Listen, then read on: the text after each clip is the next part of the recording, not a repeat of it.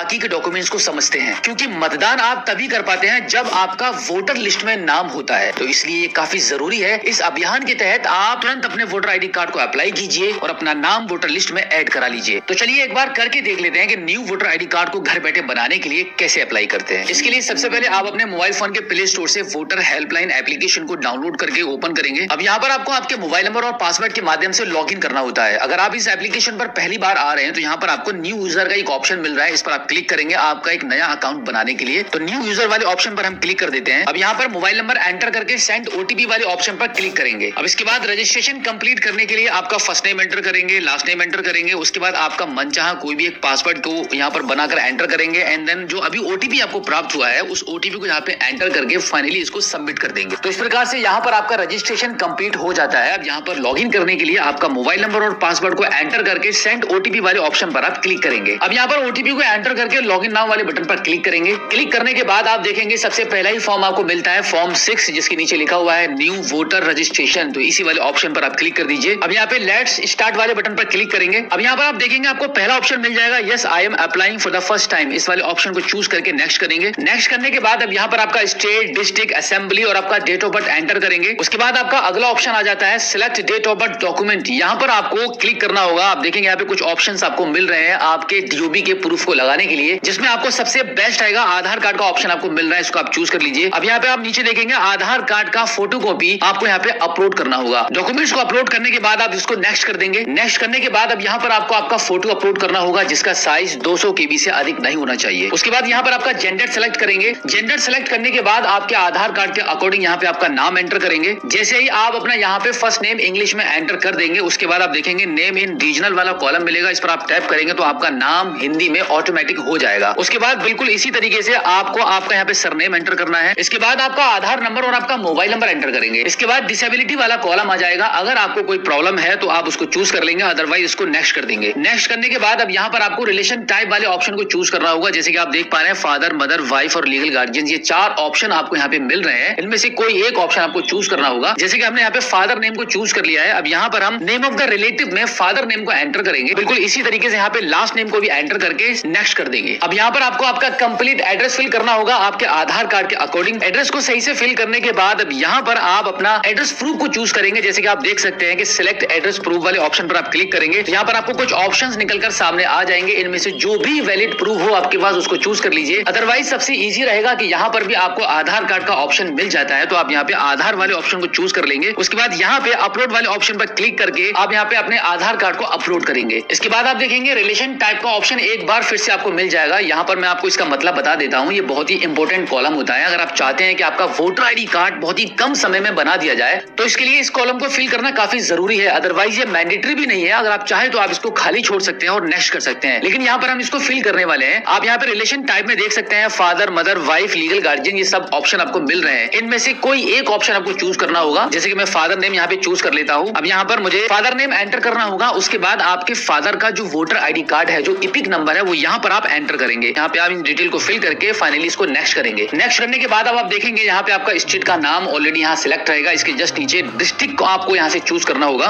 District choose करने के बाद अब यहाँ पर आपके विलेज का नाम टाइप करेंगे। अब इसके बाद यहाँ पे डेट सिलेक्ट करनी होगी। इस कैलेंडर को ओपन करने के बाद आपको ये डेट बतानी होगी कि आपने जो आगे एड्रेस फिल किया था उस एड्रेस पर आप किस टाइम से रह रहे हैं, वो डेट यहाँ पे आप सिलेक्ट कर लीजिए। उसके बाद स्क्रीन को थोड़ा सा ऊपर की साइड में स्क्रॉल करेंगे तो यहाँ पे प्लेस ऑफ एप्लीकेशन में आपके टाउन का नाम लिखने के बाद इसको फाइनली डन कर देंगे। डन करने के बाद एक बार आपको फॉर्म 6 का प्रीव्यू दिखाया जाएगा। जो डिटेल्स आपने यहाँ पे फिल किए हैं वो एक बार आप चेक कर लीजिए कि वो आपके द्वारा एक्यूरेट फिल हुई है या नहीं। उसके बाद आप यहाँ पे कंफर्म वाले बटन पर क्लिक करेंगे। कंफर्म करने के बाद आप देखेंगे आपका रेफरेंस आईडी नंबर जनरेट हो चुका है, यानी कि आपका जो वोटर आईडी कार्ड एप्लीकेशन है वो सक्सेसफुली सबमिट हो गया है। एक बार वोटर आईडी कार्ड को अप्लाई करने के बाद मैक्सिमम 15 डेज का समय लगता है। इलेक्शन कमीशन ऑफ इंडिया की तरफ से इस प्रकार का पीवीसी वोटर आईडी कार्ड आपके घर के पते पर भेज दिया जाता है। सो आई होप आप अच्छे से समझ गए होंगे कि घर बैठे वोटर आईडी कार्ड को कैसे अप्लाई करते हैं। अगर आपका अभी भी कोई सवाल है तो इस एपिसोड के एंड में आप हमें फीडबैक के माध्यम से जरूर बताइए और हमारी इस वीडियो को अपने दोस्तों में जरूर शेयर कीजिए जिनका अभी तक वोटर आईडी कार्ड नहीं बना हुआ है।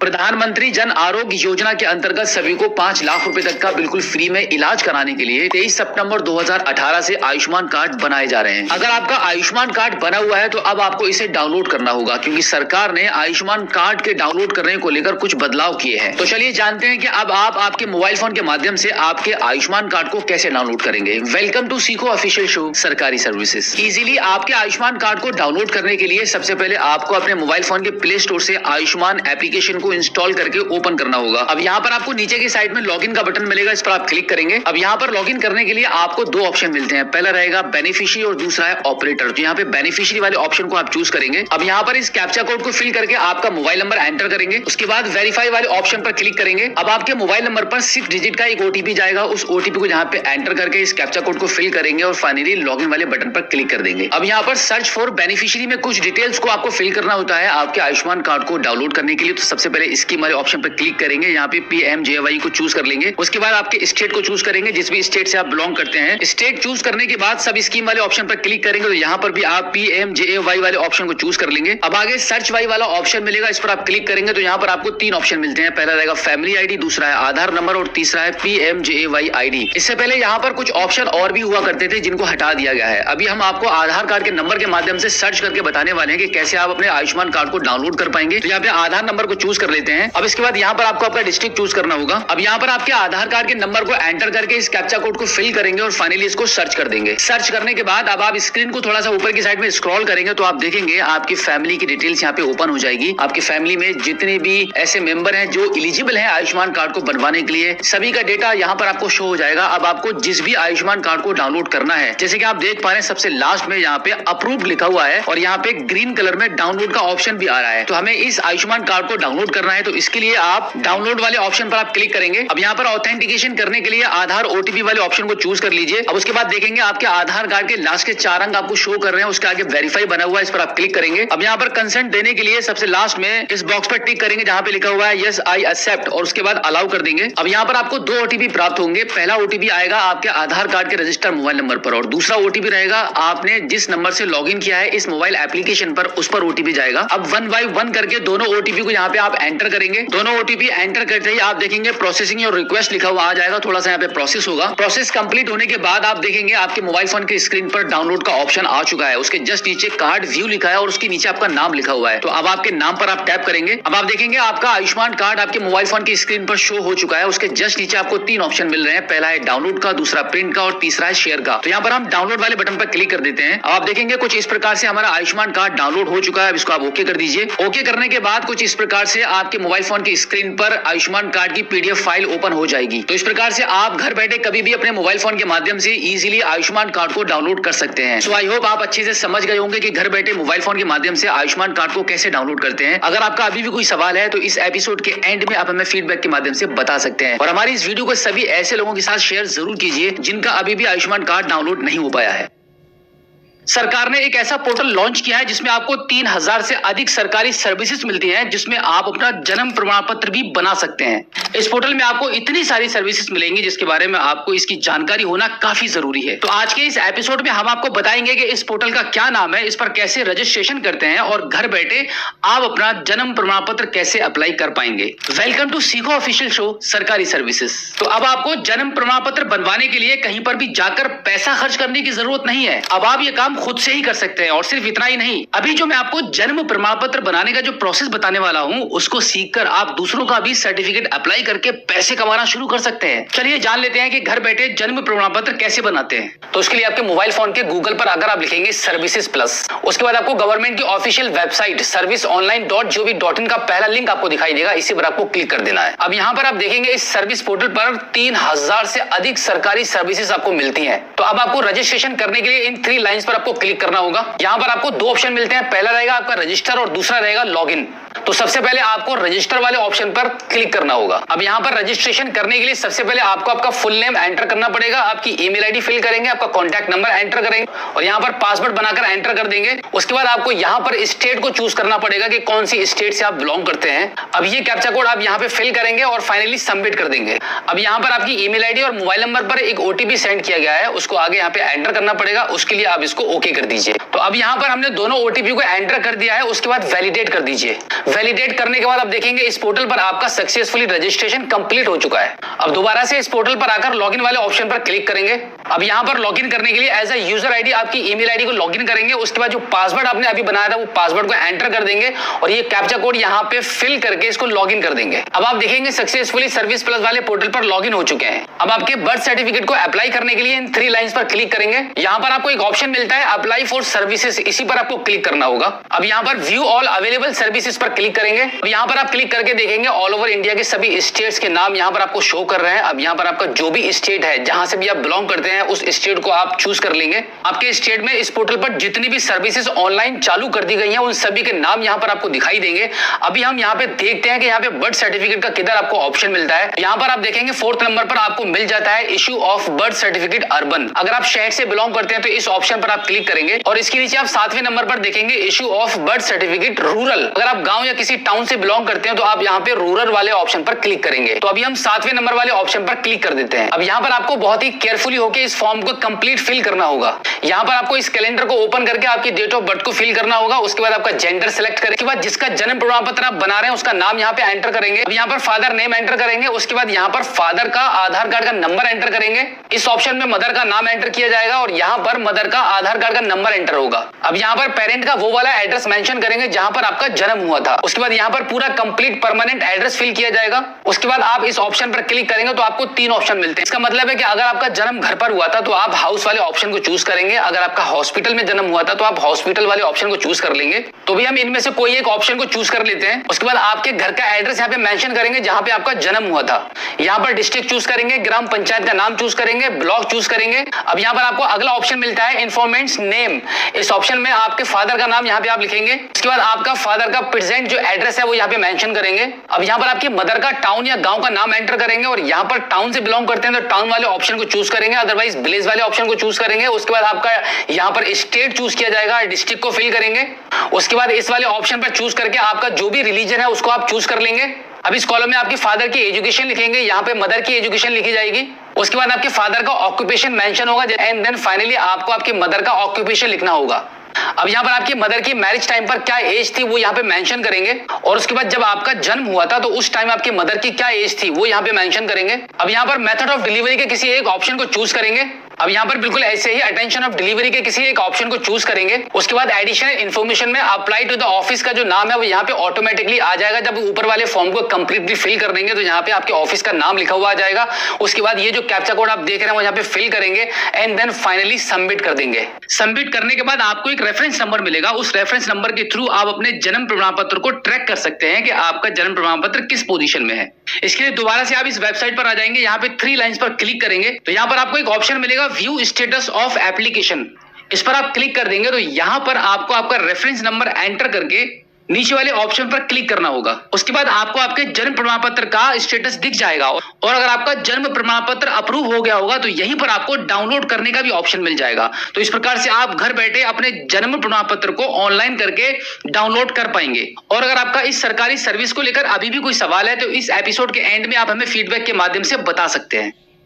आपने कभी ना कभी रोड पर इस प्रकार के केओनोपी टेंट सिम कार्ड बेचते हुए जरूर देखे होंगे और शायद आपने कभी सिम कार्ड वहां से परचेज भी किया होगा। अगर आपने या फिर आपके परिवार में किसी ने भी ये गलती की है तो ये वीडियो आपके लिए काफी इंपोर्टेंट साबित हो सकती है। तो इस एपिसोड में मेरे साथ लास्ट तक बनी रहिए। वेलकम टू सीखो ऑफिशियल शो सरकारी सर्विसेज। एक कहावत तो आपने जरूर सुनी होगी कि लालच बुरी बला है और ये बात बिल्कुल सच है। जब कभी भी हम लालच में आकर किसी की बातों में आते हैं तो हमारे साथ स्कैम होने के चांसेस बढ़ जाते हैं और फिर बाद में पछताने से कुछ नहीं होता है। जिसमें कुछ स्कैम ऐसे होते हैं जिनकी हमें कानो कान कोई खबर नहीं होती है। बिल्कुल ऐसा ही एक स्कैम है सिम कार्ड का। सड़क चलते जो सिम कार्ड बेचने वालों की केओनोपी लगी होती है उन पर सस्ता इंटरनेट से लेकर फ्री सिम कार्ड देने तक के ऑफर दिए जाते हैं, जिसके चलते अगर 50 लोगों को सिम कार्ड बेचते हैं तो मिनिमम 3 लोगों के साथ धोखाधड़ी हो ही जाती है। सिम कार्ड एक्टिवेट करके बोल देते हैं कि आज सर्वर इशू के कारण आपका सिम चालू नहीं हो पा रहा है और आपके आधार पर एक्टिवेट करके सिम कार्ड को महंगे दामों में बेचने के लिए रख लेते हैं। तो क्या आपको पता है कि आपके आधार कार्ड पर अभी कितने सिम कार्ड चल रहे हैं? अगर नहीं पता है तो चलिए एक बार देख लेते हैं। इसके लिए आप अपने मोबाइल फोन के गूगल पर टाइप करेंगे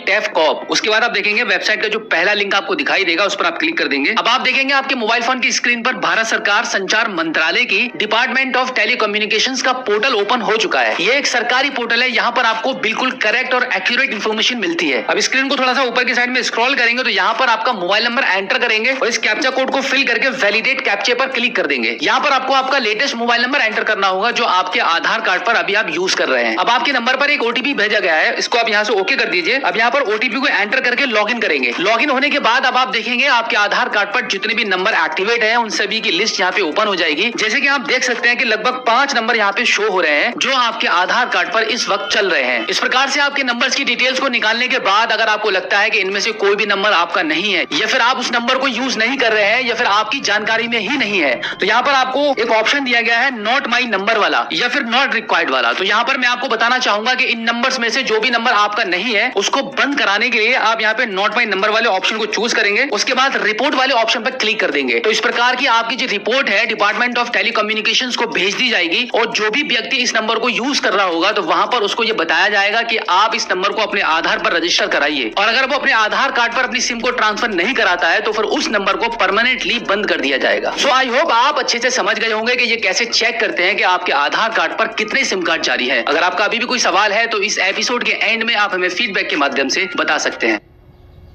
बैंक वालों का सबसे फेमस डायलॉग तो आपने सुना ही होगा कि लंच के बाद आना, लेकिन अब कोई भी बैंक कर्मचारी आपको ये नहीं कह पाएगा क्योंकि आरबीआई के मुताबिक कुछ ऐसे काम हैं जिनको कराने के लिए आपको बैंक जाने की जरूरत नहीं है। उनको आप घर बैठे अपने मोबाइल फोन के माध्यम से खुद ही कर सकते हैं। उनमें से एक काम है bank to bank Aadhaar seeding करने का। ये वीडियो आपके लिए काफी महत्वपूर्ण साबित होने वाली है, तो एपिसोड में लास्ट तक मेरे साथ बने रहिए। वेलकम टू सीखो ऑफिशियल शो सरकारी सर्विसेज। क्या आप जानते हैं कि किसी भी सरकारी योजना का बेनिफिट आपको कब मिलता है? जब आपके बैंक अकाउंट में आपका आधार कार्ड एनपीसीआई के माध्यम से लिंक होता है। अगर आपके एक से अधिक बैंकों में खाते हैं और जिस बैंक अकाउंट में आपका आधार लिंक है और फिर भी उस खाते में आपको सरकारी योजनाओं जैसे पीएम किसान Samman Nidhi, pension, scholarship, subsidy का पैसा आपको नहीं मिल रहा है तो उसके लिए आपको एनपीसीआई के माध्यम से bank to bank Aadhaar seeding करनी चाहिए। इससे आपका आधार कार्ड आपके पुराने बैंक अकाउंट से हटकर आपके दूसरे या नए बैंक अकाउंट पर नए तरीके से आधार एनपीसीआई पर लिंक हो जाता है और फिर आपको सभी सरकारी योजनाओं का पैसा मिलना शुरू हो जाता है, चाहे फिर वो पीएम किसान सम्मान निधि योजना का पैसा हो, पेंशन, स्कॉलरशिप या फिर आपकी एलपीजी गैस सब्सिडी का पैसा हो। एक बार आपका आधार कार्ड एनपीसीआई पर प्रॉपर लिंक होने के बाद आपकी इस प्रकार की समस्या परमानेंटली खत्म हो जाती है। इसके लिए आप अपने मोबाइल फोन के गूगल पर टाइप करेंगे एनपीसीआई, उसके बाद वेबसाइट का जो पहला लिंक आपको दिखाई देगा इस पर आप क्लिक कर देंगे। क्लिक करने के बाद आप यहाँ पर आप देखेंगे आपको कंज्यूमर का एक ऑप्शन मिलता है, इस पर आप क्लिक करेंगे तो यहाँ पर आपको कुछ ऑप्शंस मिल रहे हैं जिसमें से सबसे लास्ट में आप देखेंगे भारत आधार सीडिंग इनेबलर लिखा हुआ है, इस पर आप क्लिक कर दीजिए। अब यहाँ पर आप देखेंगे आपके बैंक अकाउंट में आधार सीडिंग करने के लिए एक फॉर्म ओपन हो जाएगा। इस फॉर्म को सही से आपको भर देना होगा। सबसे पहले यहाँ पर आपके आधार कार्ड के नंबर को एंटर करेंगे, उसके बाद रिक्वेस्ट फॉर आधार में आपको 2 ऑप्शन मिलते हैं जिसमें सबसे पहले वाले ऑप्शन को चूज करेंगे सीडिंग में। उसके बाद अब यहाँ पर आपको सिलेक्ट योर बैंक वाले ऑप्शन पर क्लिक करके आपकी बैंक को चूज करना पड़ेगा कि आप कौन सी बैंक में इस टाइम आधार कार्ड को लिंक करना चाहते हैं एनपीसीआई के थ्रू। तो यहाँ पर मुझे कैनरा बैंक में लिंक करना है अपने आधार कार्ड को, तो यहाँ पे कैनरा बैंक को चूज कर लूंगा। यहाँ पर मैं आपको बता दूं मैक्सिमम एनपीसीआई के माध्यम से 24 बैंक यहाँ पे लिस्टेड कर दी गई है। लगभग 24 बैंकों में आप घर बैठे ऑनलाइन एनपीसीआई के माध्यम से आधार कार्ड को आपके बैंक अकाउंट में आप लिंक कर सकते हैं। तो यहाँ पर हमने अपनी बैंक को चूज कर लिया है। अब इसके बाद सीडिंग टाइप वाले ऑप्शन में आप देखेंगे यहाँ पे आपको 3 ऑप्शन मिलते हैं जिसमें से आप देखेंगे सबसे लास्ट वाले ऑप्शन को आपको चूज करना है movement from one bank to other bank, यानी कि यहाँ पे आपको एक बैंक से दूसरे बैंक अकाउंट में आधार कार्ड को लिंक करना है। तो इसके लिए हम थर्ड वाले ऑप्शन को चूज कर लेते हैं। अब यहाँ पे आपको आपके बैंक अकाउंट का नंबर एंटर करना होगा। बैंक अकाउंट का नंबर एंटर करने के बाद एक बार फिर से यहाँ पे आप कंफर्म करेंगे। तो इस प्रकार से दोनों कॉलम में आपके बैंक अकाउंट के नंबर को एंटर करने के बाद अब यहाँ देखेंगे टर्म्स एंड कंडीशन के बॉक्स आपको मिलेंगे, इसको आप क्लिक करेंगे। ऐसे ही आपको एक और बॉक्स मिलेगा, इस पर भी आप टिक करेंगे। उसके बाद स्क्रीन को थोड़ा सा ऊपर की साइड में स्क्रॉल करके इस कैप्चा कोड को फिल करके प्रोसीड करेंगे। प्रोसीड करने के बाद टर्म्स एंड कंडीशन को एक्सेप्ट करने के लिए स्क्रीन को थोड़ा सा ऊपर की साइड में स्क्रॉल करेंगे तो यहाँ पे एग्री एंड कंटिन्यू का बटन मिलेगा, इस पर आप क्लिक कर दीजिए। इस पर क्लिक करने के बाद थोड़ा सा प्रोसेस होगा। प्रोसेस कंप्लीट होने के बाद आपके आधार कार्ड के रजिस्टर्ड मोबाइल नंबर पर यूआईडीआई की तरफ से 6 अंकों का एक ओटीपी जाएगा। उस ओटीपी को यहाँ पे एंटर करके सबमिट करेंगे। सबमिट करने के बाद आप देखेंगे आपके मोबाइल फोन की स्क्रीन पर एक मैसेज आपको मिल रहा है, जहाँ पे आपको बताया जा रहा है कि Aadhaar number already map to State Bank of India, press okay to initiate the Aadhaar number to Canara bank if required. यानी कि अगर आपका आधार कार्ड किसी दूसरे अकाउंट में लिंक है तो वहां पर उस बैंक का नाम भी यहाँ पर आपको शो हो जाएगा। और यहाँ पर आपको बताया जा रहा है कि अगर आपको किसी दूसरे बैंक में, यानी कि जो कि हमने कैनरा बैंक यहाँ पे चूज किया था, तो यहाँ पे कैनरा बैंक का नाम यहाँ पे आ रहा है कि अगर हमें कैनरा बैंक में आधार को लिंक करने की रिक्वायरमेंट है तो हमें यहाँ पे ओके करना है। तो इसके लिए हम यहाँ पे ओके कर देते हैं। ओके करने के बाद आप देखेंगे यहाँ पे प्रोसेस हो रहा है आपके आधार कार्ड को आपके कैनरा बैंक से लिंक करने के लिए। यहाँ पे बस आपको थोड़ा सा वेट करना होगा। जैसे कि आप स्क्रीन पर देख पा रहे हैं कि Aadhaar seeding is in pending status, kindly check after some time, your reference number is this. यहाँ पे आपको रेफरेंस नंबर भी मिल रहा है। और अब आप देख सकते हैं कि आपके आधार कार्ड को आपके दूसरे बैंक अकाउंट में सीडिंग करने की जो रिक्वेस्ट है वो सक्सेसफुल हो चुकी है। साथ ही साथ में आपको रिजल्ट में ये देखने के लिए मिल जाएगा अपडेटेड यूआईडी रिकॉर्ड और स्टेटस में सक्सेस, यानी कि अब मैक्सिमम 24 घंटे के अंदर आपको ये अपडेट मिल जाएगी कि आपका जो आधार कार्ड है वो आपके दूसरे बैंक अकाउंट में एनपीसीआई के माध्यम से लिंक हो चुका है, जिस बैंक अकाउंट को अभी आपने चूज किया था। साथ ही साथ में अभी मैं आपको दिखाने वाला हूं, क्योंकि हमारे पास एक बैंक से मैसेज भी आया हुआ है, वो एक बार देख लीजिए। यहाँ पे आप देखेंगे मैसेज बॉक्स में हम आ चुके हैं और यहाँ पर हमारे पास देखिए इंस्टेंटली कैनरा बैंक से ये मैसेज भी आ चुका है, your Aadhaar number has been successfully link to NPCI for Canara Bank. यानी कि अभी मैं आपको बात कर रहा था कि मैक्सिमम 24 घंटे के अंदर आपका ये हो जाएगा, बट इंस्टेंटली 1 मिनट से पहले ही रिक्वेस्ट सक्सेसफुल होते ही हमारा जो आधार कार्ड है वो हमारे बैंक अकाउंट में लिंक हो चुका है। यानी कि स्टेट बैंक ऑफ इंडिया के बैंक अकाउंट से हटकर हमारा आधार कार्ड कैनरा बैंक के अकाउंट में इंस्टेंटली लिंक हो चुका है। अब जो भी सरकार के माध्यम से जिस भी स्कीम का पैसा आएगा, सब्सिडी से लेकर किसी भी योजना तक का, वो सब अब कैनरा बैंक के अकाउंट में जाएगा। तो बिल्कुल इसी प्रकार से आप भी घर बैठे कभी भी अपने मोबाइल फोन के माध्यम से आपके बैंक अकाउंट में आधार कार्ड को एनपीसीआई के माध्यम से लिंक कर सकते हैं। तो अब इस वीडियो को अपने सभी ऐसे दोस्तों के साथ शेयर जरूर करना जिनका आधार कार्ड एनपीसीआई के माध्यम से अभी तक उनके बैंक अकाउंट में लिंक नहीं हो पाया है। अगर आपका अभी भी कोई सवाल है तो इस एपिसोड के एंड में आप हमें फीडबैक के माध्यम से जरूर बता सकते हैं।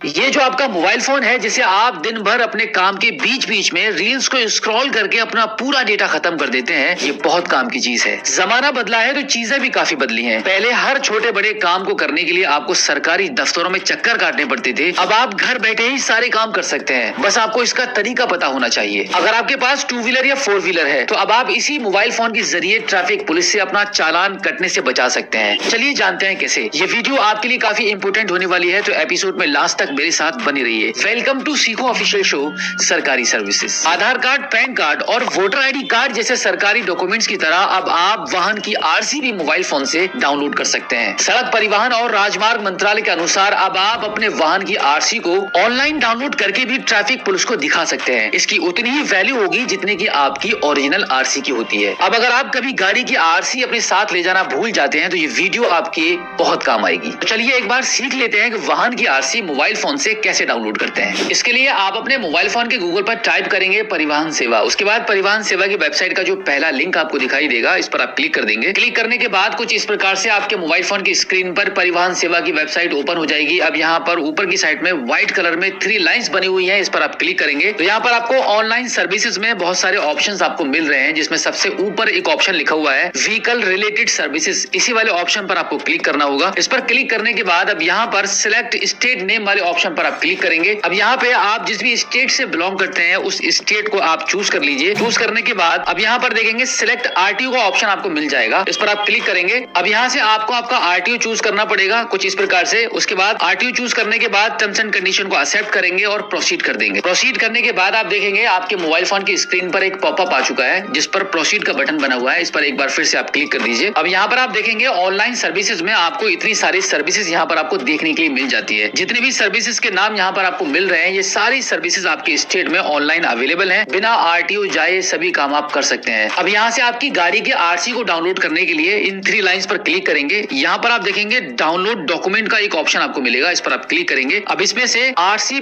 प्रिंट फॉर्म 23 वाला ऑप्शन है, इस पर आप क्लिक कर दीजिए। अब यहाँ पर आपको आपकी गाड़ी की ये 3 डिटेल्स आपको फिल करनी होंगी, आपका रजिस्ट्रेशन नंबर, चेजिस नंबर और आपका इंजन नंबर, जो कि आपको आपकी आरसी पर ये सब डिटेल्स मिल जाती है। इन तीनों ऑप्शंस को फिल करके देखिए वेरीफाई डिटेल्स वाले ऑप्शन पर क्लिक करेंगे। वेरीफाई डिटेल्स पर क्लिक करने के बाद अब आप देखेंगे आपकी आरसी में जो मोबाइल नंबर आपका लिंक होता है वो नंबर यहाँ पर आपको शो हो जाएगा। अब उसके बाद जनरेट ओटीपी वाले ऑप्शन पर आप क्लिक करेंगे। अब परिवहन सेवा की तरफ से आपके रजिस्टर्ड मोबाइल नंबर पर ओटीपी सेंड कर दिया गया है। अब इस ओटीपी को यहाँ पे आपको एंटर करके फाइनली सबमिट करना है। तो अभी हमने यहाँ पर अपना ओटीपी एंटर कर दिया है। अब इसको हम सबमिट कर देते हैं। सबमिट करने के बाद आप देखेंगे कुछ इस प्रकार से आपके मोबाइल फोन की स्क्रीन पर आपके वाहन की आरसी ओपन हो जाएगी। अब इसका आप अपने मोबाइल फोन में स्क्रीनशॉट ले सकते हैं या फिर आप प्रिंट वाले ऑप्शन पर क्लिक करके आप इसको पीडीएफ में सेव करके किसी भी शॉप से इसका आप प्रिंट आउट भी निकाल सकते हैं। ये आरसी आपकी बिल्कुल वैसे ही काम करेगी जैसे कि आपकी ओरिजिनल आरसी होती है। सो आई होप आप अच्छे से समझ गए होंगे कि घर बैठे मोबाइल फोन के माध्यम से आप अपने वाहन की आरसी को कैसे डाउनलोड कर सकते हैं। अगर आपका अभी भी कोई सवाल है तो इस एपिसोड के एंड में आप हमें फीडबैक के माध्यम से बता सकते हैं।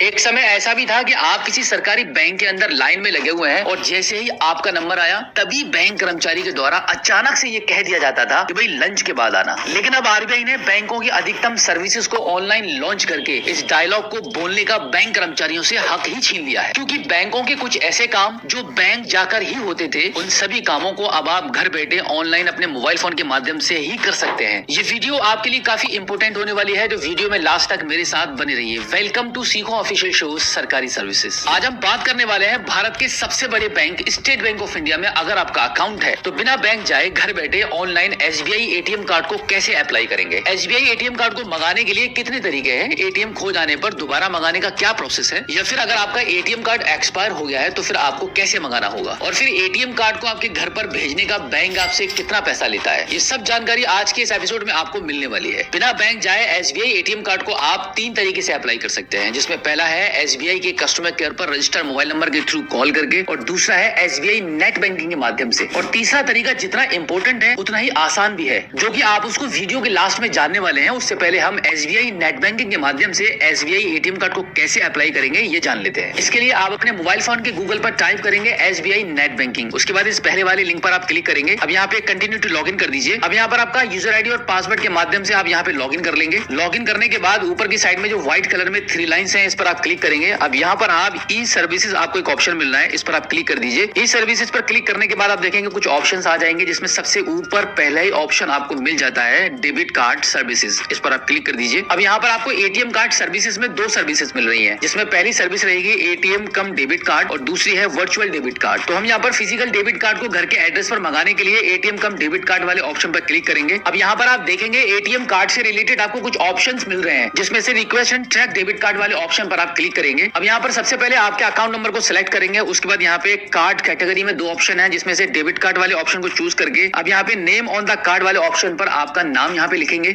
नाम लिखने के बाद select type of the card वाले ऑप्शन को चूज करना पड़ेगा। अब यहाँ से आप चूज कर सकते हैं कि किस प्रकार का डेबिट कार्ड एटीएम कार्ड आपको ऑनलाइन अप्लाई करना है। तो यहाँ पे हम एसबीआई ग्लोबल रुपए कार्ड को चूज कर लेते हैं। उसके बाद इस टर्म्स एंड कंडीशन को एक्सेप्ट करके फाइनली इसको सबमिट करेंगे। सबमिट करने के बाद आपके मोबाइल नंबर पर एक और ओटीपी आएगा, उसको आगे एंटर करके उसको भी सबमिट कर देंगे। तो कुछ इस प्रकार से आप ऑनलाइन घर बैठे अपने मोबाइल फोन के माध्यम से ही नेट बैंकिंग के थ्रू आपके डेबिट कार्ड को ऑनलाइन अप्लाई कर पाएंगे। अब हम बात करते हैं इसके तीसरे तरीके के बारे में, जो कि इससे भी थोड़ा सा आसान रहेगा। इसके लिए सबसे पहले आपको अपने मोबाइल फोन के प्ले स्टोर से योनो एसबीआई एप्लीकेशन को इंस्टॉल करके आपको ओपन करना होगा। लॉगिन करने के बाद आप देखेंगे आपकी स्क्रीन पर पहले ही कुछ ऑप्शंस आपको मिल रहे हैं, जैसे कि accounts, deposit, loans, investment, insurance cards. तो ये जो कार्ड वाला ऑप्शन है इस पर आप क्लिक करेंगे। अब यहाँ पर आपको सबसे ऊपर ही एसबीआई डेबिट कार्ड्स का ऑप्शन मिल जाएगा, जहाँ पे लिखा हुआ है माई डेबिट कार्ड्स। इस पर आप क्लिक कर दीजिए। इस पर क्लिक करने के बाद अभी जो मौजूदा आपके पास अगर कोई डेबिट कार्ड होगा आपके अकाउंट पर एक्टिवेट, तो वो यहाँ पर आपको शो हो जाएगा। अब इसके ऊपर आप देखेंगे छोटा सा लिखा हुआ है रिक्वेस्ट आ न्यू कार्ड। इस पर आप क्लिक कर दीजिए। इस पर क्लिक करने के बाद फिर से आपको 2 ऑप्शन मिल जाएंगे, पहला रहेगा वर्चुअल और दूसरा है फिजिकल। तो आपके घर के पते पर आपके डेबिट कार्ड को मंगाने के लिए आप फिजिकल वाले ऑप्शन को चूज करेंगे। अब इसको यहाँ पे नो कर दीजिए। नो करने के बाद कुछ इस प्रकार से अगर आपको ऐसा मैसेज मिलता है जो कि लिखा हुआ है can't proceed, you can have maximum 1 active physical card for selected account, यानी कि इस अकाउंट पर पहले से एक एटीएम कार्ड जारी हो चुका है जिसको हम अभी यूज भी कर रहे हैं। लेकिन अगर आपके केस में कोई भी एटीएम कार्ड अभी तक जारी नहीं हुआ है तो इस प्रकार का मैसेज आपको देखने को नहीं मिलेगा। अब यहाँ पर एक काम की जानकारी मैं आपको ये भी बता दूं कि जैसे कि अभी आपने देखा कि अगर आपके अकाउंट पर कोई भी पहले से एटीएम कार्ड एक्टिवेट है, जिसकी वजह से आप एक नए कार्ड को अप्लाई नहीं कर पा रहे हैं, और अगर आपका जो एक्टिवेट कार्ड था वो खो गया है, टूट गया है, गुम हो गया है, जो कि अब वो आपके पास नहीं है, तो इस कंडीशन में आपको स्क्रीन पर दिए गए एसबीआई कस्टमर केयर पर कॉल करना होगा आपके रजिस्टर्ड मोबाइल नंबर के थ्रू, जिस पर कॉल करके सबसे पहले आपको आपके पुराने वाले एटीएम कार्ड को ब्लॉक कराना है। उसके बाद ही आप एसबीआई नेट बैंकिंग और आपके योनो एप्लीकेशन के माध्यम से आपके एटीएम कार्ड को अप्लाई कर पाएंगे। अब हम जान लेते हैं कि आप जब नए डेबिट कार्ड को दोबारा अपने एड्रेस पर मंगाते हैं तो उसका बैंक आपसे कितना पैसा लेती है। आप स्क्रीन पर यहाँ पे देख सकते हैं, यहाँ पे हमने स्टेट बैंक ऑफ इंडिया की ऑफिशियली वेबसाइट को ओपन कर रखा है, जहाँ पे इन्होंने अपने चार्जेस मेंशन कर रखे हैं। आप यहाँ पे आधार में सुधार करने के कुछ काम ऐसे होते हैं।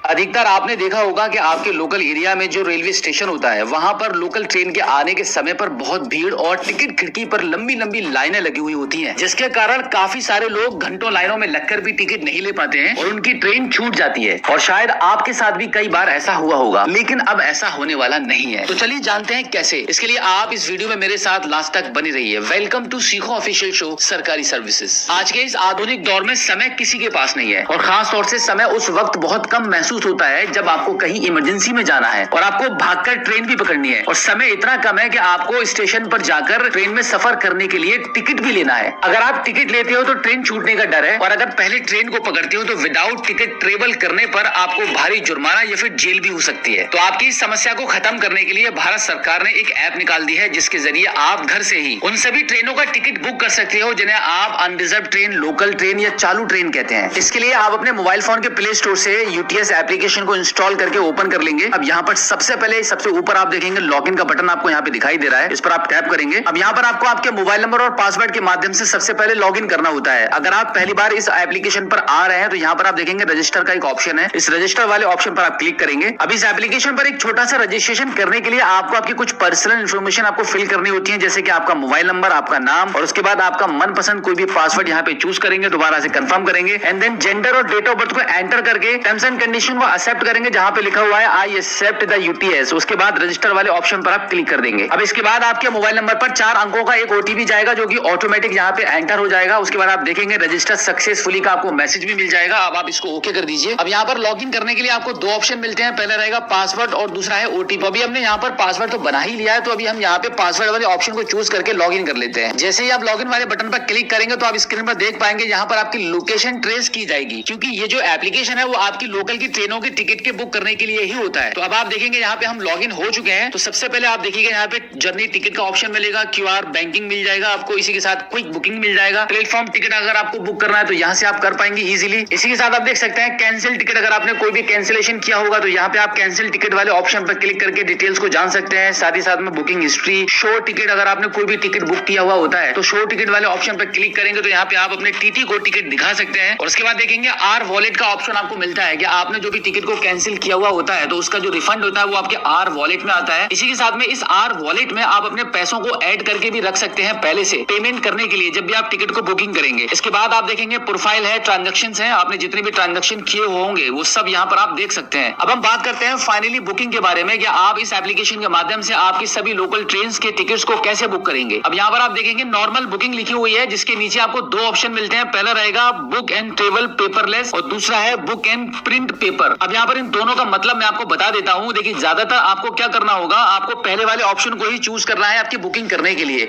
इसका बेनिफिट मैं आपको बता देता हूं कि अगर आप पेपरलेस वाले ऑप्शन को चूज करते हैं तो आपको कहीं से भी ना तो टिकट को प्रिंट करने की जरूरत पड़ेगी और ना ही स्टेशन से जाकर आपको फिजिकल फॉर्म में कोई भी टिकट लेना पड़ेगा। अगर आप बुक एंड प्रिंट पेपर वाले ऑप्शन पर क्लिक करते हैं तो यहाँ पर बुकिंग करने के बाद आपने रेलवे स्टेशन पर देखा होगा वहां पे कुछ मशीन्स लगी हुई होती है, तो वहां पे उन कंप्यूटर्स के माध्यम से आपको टिकट प्रिंट करना काफी जरूरी होगा। बाई चांस अगर आप कभी बुक एंड प्रिंट पेपर वाले ऑप्शन से टिकट को बुक करने पैन कार्ड एक ऐसा सरकारी दस्तावेज है जिस पर आपकी पर्सनल डिटेल्स और फोटो के साथ साथ आपके सिग्नेचर भी होते हैं, जो कि आपके सिग्नेचर का एक पक्का प्रमाण होता है। अगर आपका पैन कार्ड अब से 10 साल पहले का बना हुआ है या फिर काफी पुराना हो चुका है तो एक बार आपको आपके पैन कार्ड पर किए गए सिग्नेचर को जरूर बदलना चाहिए, जिससे कि आपके सिग्नेचर के साथ कोई स्कैम न हो पाए। सभी पैन कार्ड धारकों के लिए इनकम टैक्स डिपार्टमेंट की तरफ से मिली ये जानकारी काफी इंपोर्टेंट होने वाली है, तो इस एपिसोड में मेरे साथ लास्ट तक बने रहिए। वेलकम टू सीखो ऑफिशियल शो सरकारी सारी सर्विसेज। हमारी बढ़ती एज के चलते जैसे जैसे हमारे शरीर में चेंजेस आते हैं, बिल्कुल वैसे ही हमारी हैंडराइटिंग में भी कुछ न कुछ बदलाव आने लगते हैं। फॉर एग्जाम्पल अगर मैं ऐसे सिग्नेचर करता हूँ तो ये जरूरी नहीं है कि आने वाले समय में भी बिल्कुल इसी तरीके से इसी स्टाइल में मेरे हाथ सिग्नेचर करते रहेंगे। इसके अलावा भी और भी काफी सारे रीजंस हैं जिसके चलते आपको आपके पैन कार्ड में एक बार कम से कम सिग्नेचर और आपके फोटो को जरूर चेंज करना चाहिए। ये काम आप घर बैठे खुद ही बहुत ही आसानी से आप अपने मोबाइल फोन के माध्यम से ही कर सकते हैं। इसके लिए सबसे पहले आपको आपके पैन कार्ड की बैक साइड पर यह देखना होगा कि आपका जो पैन कार्ड है वो किस कंपनी के माध्यम से बना है। जैसे कि मेरा ये पैन कार्ड है यूटीआई कंपनी के माध्यम से बना है, तो इसके लिए मैं अपने मोबाइल फोन के गूगल पर टाइप करूंगा यूटीआई पैन कार्ड। इसके अलावा दो कंपनियां और पैन कार्ड को बनाती हैं, जैसे कि इनकम टैक्स डिपार्टमेंट और दूसरा है एनएसडीएल। तो आपके पैन कार्ड के बैक साइड पर जिस भी कंपनी का नाम लिखा हुआ होगा, आप अपने मोबाइल फोन के गूगल पर उस कंपनी के नाम को टाइप करेंगे। जैसे कि यहाँ पे मैंने यूटीआई पैन कार्ड लिखा हुआ है। उसके बाद वेबसाइट का जो पहला लिंक आपको दिखाई देगा, इस पर आप क्लिक करेंगे। अब यहाँ पर आप देखेंगे यहाँ पे आपको मिलता है पैन कार्ड सर्विसेज, तो इस पर आप क्लिक करेंगे। अब स्क्रीन को थोड़ा सा ऊपर की साइड में स्क्रॉल करने के बाद आप देखेंगे आपको कुछ ऑप्शंस मिलते हैं, जिसमें से आप देखेंगे यहाँ पे change correction in pan card लिखा हुआ है। तो यहाँ पे आप क्लिक टू अप्लाई वाले ऑप्शन पर क्लिक करेंगे। अब यहाँ पर आपको एक ऑप्शन मिलता है apply for change correction in pan card details, इस पर आप क्लिक कर दीजिए। अब यहाँ पर आपको सबसे ऊपर दो ऑप्शन मिलते हैं, फिजिकली और डिजिटल। तो आप डिजिटल वाले ऑप्शन को चूज करके यहाँ पे सेकंड वाले ऑप्शन को चूज करेंगे, जो कि लिखा हुआ है साइन यूजिंग आधार बेस्ड ई साइन। उसके बाद यहाँ पे आप पैन कार्ड के नंबर को एंटर करेंगे। अब एक बार दोबारा से यहाँ पे अपने पैन कार्ड को री एंटर करेंगे। अब पैन कार्ड मोड वाले ऑप्शन में both physical pan card and e PAN वाले ऑप्शन को आप चूज कर लेंगे। उसके बाद सबमिट करेंगे। अब इस पेज पर आपको आपकी कुछ पर्सनल डिटेल्स को आपको फिल करना होगा, जैसे कि सबसे पहले आप यहाँ पे अपना टाइटल चूज करेंगे। टाइटल चूज करने के बाद आपका लास्ट नेम, फर्स्ट नेम और मिडिल नेम एंटर करेंगे। इसके बाद पेरेंट डिटेल्स के कॉलम में यहाँ पे आपके फादर नेम का लास्ट नेम, फर्स्ट नेम और मिडिल नेम एंटर करेंगे और फिर मदर्स नेम वाले कॉलम को ब्लैंक ही छोड़ देंगे, ये ऑप्शनली होता है। एंड अब यहाँ पर आप चूज करेंगे फादर्स नेम वाले ऑप्शन को। अब अदर डिटेल्स में डेट ऑफ बर्थ, जेंडर और आपका स्टेट चूज करेंगे। अब इसके बाद एप्लीकेंट आधार डिटेल्स में आपका आधार कार्ड का नंबर और आपका नाम एंटर करके नेक्स्ट कर देंगे। अब इस पेज पर आपके आधार कार्ड के एड्रेस के अनुसार आपका कंप्लीट एड्रेस यहाँ पे मेंशन करेंगे और उसके साथ में कॉन्टैक्ट डिटेल्स को यहाँ पे एंटर करके नेक्स्ट कर देंगे। नेक्स्ट करने के बाद आप देखेंगे आपकी स्क्रीन पर फोटो एंड सिग्नेचर मिसमैच का ऑप्शन आ जाएगा, जहाँ पे आप देखेंगे आपके फोटो मिसमैच और सिग्नेचर मिसमैच लिखा हुआ है, जिसके आगे छोटे छोटे दो बॉक्स बने हुए हैं जिस पर टिक लगा हुआ है। अब इस एप्लीकेशन में आपका फोटो और सिग्नेचर दोनों एक ही साथ में आपके चेंज हो जाएंगे। अब स्क्रीन को थोड़ा सा ऊपर की साइड में स्क्रॉल करेंगे तो यहाँ पे आप